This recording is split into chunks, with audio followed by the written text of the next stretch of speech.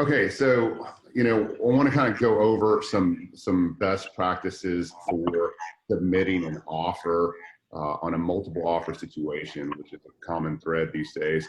The market is back to being super hot again. We had a listing that they listed in December. We didn't get anything for months, and finally we get multiple offers this last week. So it's going down, and I think that it's good practice for us to talk about how to submit an offer in a multiple offer situation. These are one of the things that we go through and tell our people that we have a system for, which we do. So I want to go over that real quick. So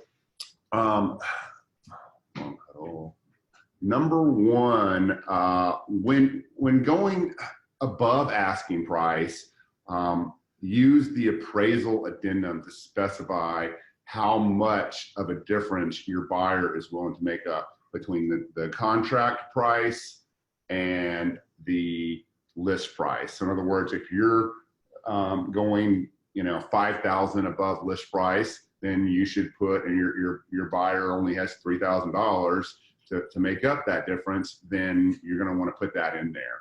And the common theme for putting this stuff together is that you want everything to be as clean for the listing agent as possible. Number two, have your buyer pre-approved with a local lender that is okay with putting 0 days on the third-party financing addendum. And I want to explain this a little bit more. This is something that you don't see very often, and if you practice this, it gives you a major leg up.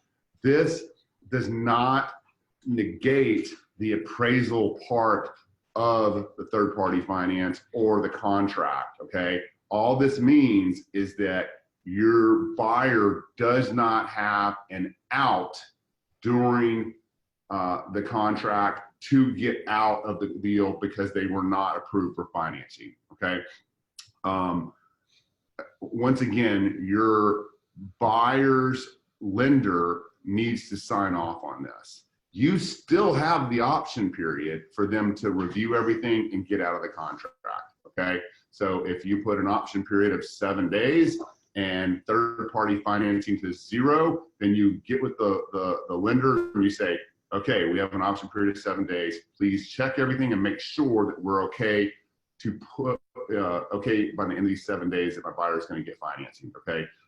I would, stress you guys, if your buyer is bringing their own lender and it's someone that you don't know, or it's one of these big banks, you might want to stay away from this. This is a reason why we push our lender and then we push local lenders, because local lenders seem to have it more together, okay? Number three, make your option period very short with a high option fee, okay?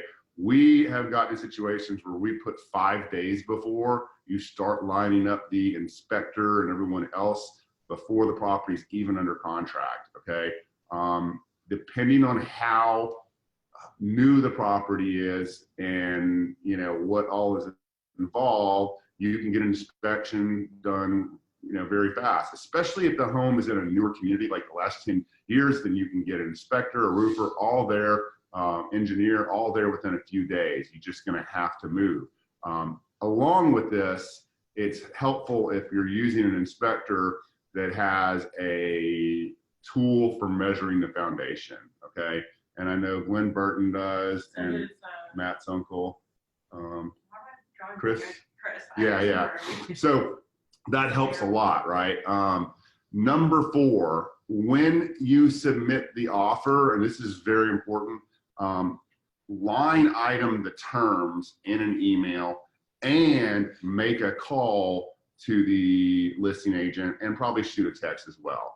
And the reason we say this is because like we've had listings that we've gotten like 10 offers on, and some of these offers were really good, but we didn't know what the terms were until we started really digging into it.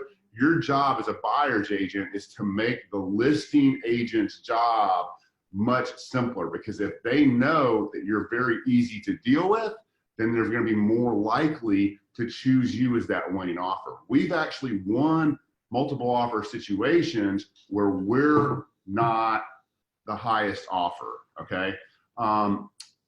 So I think that's very important that when you submit your offer, you've got bullet points 1 through 10 and say, you know, here's the price, here's the option period, here's the difference we're gonna make up from appraisal cost, appraisal price and contract price, just so they can see everything. Yeah, so they can see everything really, really clean.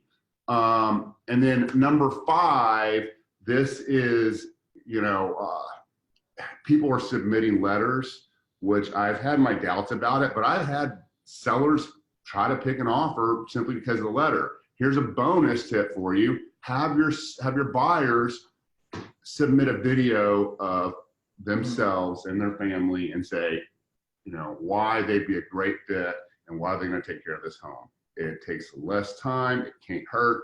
So I think it's a good idea for you to do that. And then here's one other thing. This is kind of a bonus tip that I've done before. I've called listing agents and said, look,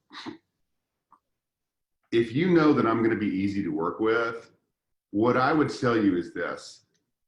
If you have a term in this, if we're not the highest offer, and you see a term that you want to change, including price, you can counter that term, okay? It doesn't always work, but you know, the way things work with a listing agent, if they give someone one piece of information about anything, then they're supposed to give that to everyone, okay? But I know that if I have a listing and there's, you know, 7 agents that are submitting their offer and one of them has a great offer, but the price isn't that high as one of the other offers, but it's got the best lender, it's got the best terms, then it would be in my seller's best interest to call that person and say, you know, why don't you counter the price to what our highest is? Because especially if I get an offer that's maybe 3,000 below the other highest offer, but it's got a bunch of dumb terms in it, and the buyer's agent isn't that articulate.